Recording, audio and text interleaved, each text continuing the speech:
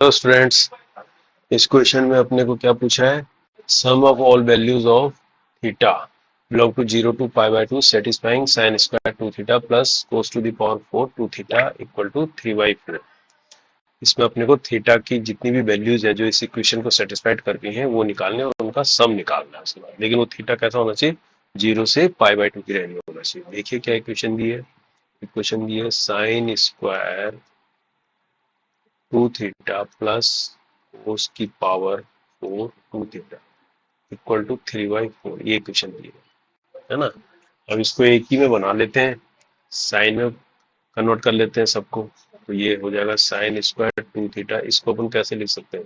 इसको लिख सकते हैं कोस स्क्वायर 2 थीटा का होल स्क्वायर, ये तो 4 है, इक्वल टू 3/4। इससे क्या फायदा होगा?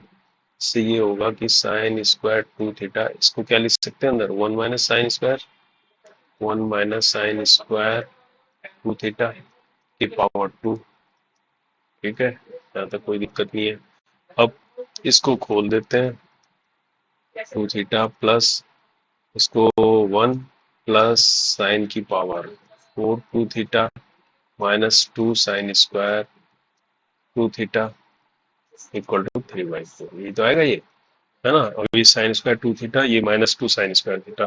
तो इसको इस तरह से लिख लो, हायर पावर को आगे लिखते हैं, साइन 4 2 थीटा लिया जाएगा माइनस साइन स्क्वायर 2 थीटा और 1 3/4 को इधर लाएंगे, 1 में से माइनस होगा, 4 1 जा 4 3, यानी कितना हो जाएगा? +1/4 हो जाएगा ना, इक्वल टू 0।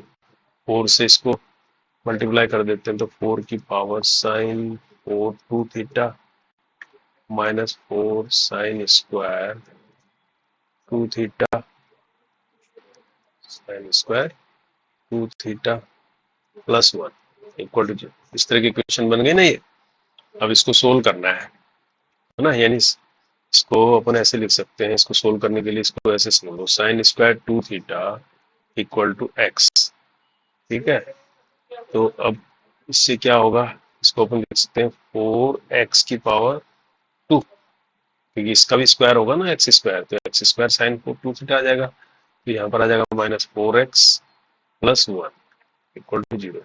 अब इसके फ्रैक्शन कर सकते हैं, 4 2 2 जा 4, यानी 4x स्क्वायर -2x लिख सकते हैं इसको, +1 इक्वल टू 0। तो यहाँ पर 2x कॉमन ले लेते हैं, तो यहाँ क्या बचेगा? 2x बचेगा यहाँ पर, -1, यहाँ माइनस कॉमन ले लेंगे तो अंदर 2x - 1 इक्वल टू 0, ये बचेगा। तो ये कायदे से आया क्या? 2x - 1 का होल स्क्वायर है कायदे से। तो अगर देखने में तो ये सीधा ही निकल आ रहा था, फ्रैक्शन करने की जरूरत भी नहीं। अगर समझ में आ जाए तो ये था कायदे से 2x - 1 का होल स्क्वायर इक्वल टू 0। आप डायरेक्ट भी यहाँ लिख सकते हो, है ना, अगर देखने से आपको पता लग रहा है। अब वापस वैल्यू रखेंगे x की, तो 2 साइन स्क्वायर 2 थीटा -1 का होल स्क्वायर इक्वल टू 0। यही तो हो गया। तो स्क्वायर हटा देंगे तो 0 ही रहेगा तब भी। कहने का मतलब यहाँ से sine square 2 theta equal to आ गया 1/2। आगे नहीं आ गया? अब तो साइन 2 थीटा की क्या वैल्यू आएगी? 2 वैल्यू आ जाएंगी। तो हमारे पास साइन 2 थीटा आ गया ±1/√2। ठीक है, अब हमें क्या कह रहा है? थीटा की जो रेंज दी है, थीटा बिलोंग टू कितना? 0 टू π/2। लेकिन हमारे पास साइन 2 थीटा है, तो अगर 2 थीटा कैसे मिलाऊंगा? 2 से मल्टीप्लाई कर देंगे तो ये क्या आ जाएगा? 0 का 0, ये 2 से 2 बढ़ जाएगी, यानी हमें 2 थीटा के लिए 0 से पाई की रेंज में चाहिए। अब देखो यहाँ पर ये 0 है, ये पाई है ना। ये π/2 होता है, ये 3π/2 होता है।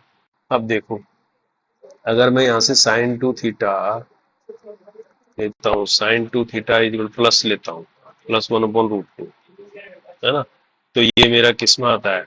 साइन क्या होता है? π/4 होता है ना, ये π/4 पॉजिटिव है, तो इसमें आ जाता है ये फर्स्ट वाले क्वाड्रेंट में, है ना। तो यहाँ से 2 थीटा कितना आ जाता है मेरे पास? 2 थीटा हो जाता है π/4।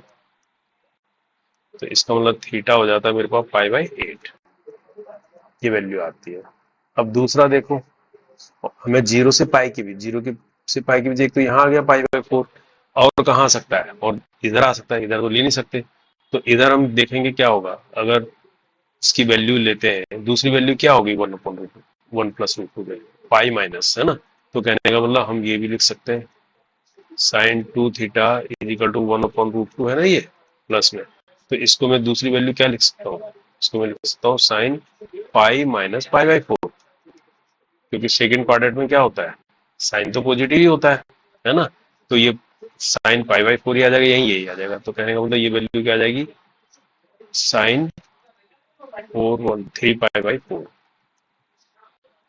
एक वैल्यू ये आती है, किसके बीच, 0 से पाई के बीच। और तो कोई नहीं, अगर माइनस में लेंगे तो माइनस में तो कहाँ आ जाएगी, या तो इसमें आ जाएगा ये, मतलब थर्ड में आएगा और फोर्थ में आएगा, वो तो हमें जरूरत ही नहीं है, हमें तो इस रेंज में चाहिए, 0 से पाई के बीच चाहिए। ठीक है, तो हमारे पास दो वैल्यू ही आएगी, यहाँ से 2 थीटा आ जाएगा कितना, 3 पाई/4। तो थीटा की वैल्यू क्या आती है यहाँ से, 3 पाई/8। हमारे पास थीटा की दो वैल्यू आ गई, एक पाई/4, एक 3 पाई/4, है ना। तो यहाँ से क्या पता लग रहा है अब, लेकिन हमें तो ये निकालना है sum of theta, sum of theta, theta का टोटल निकालना है, वो कितना होगा, पाई/8 प्लस 3 पाई/8, यानी ये हो जाएगा 4 पाई/8, यानी पाई/2। ये इसका आंसर होगा, है ना। तो ये अपने को आंसर दिया होगा पाई/2, पाई/2 दिया है ना आंसर, तो बी वाला इसका करेक्ट आंसर होगा। ओके।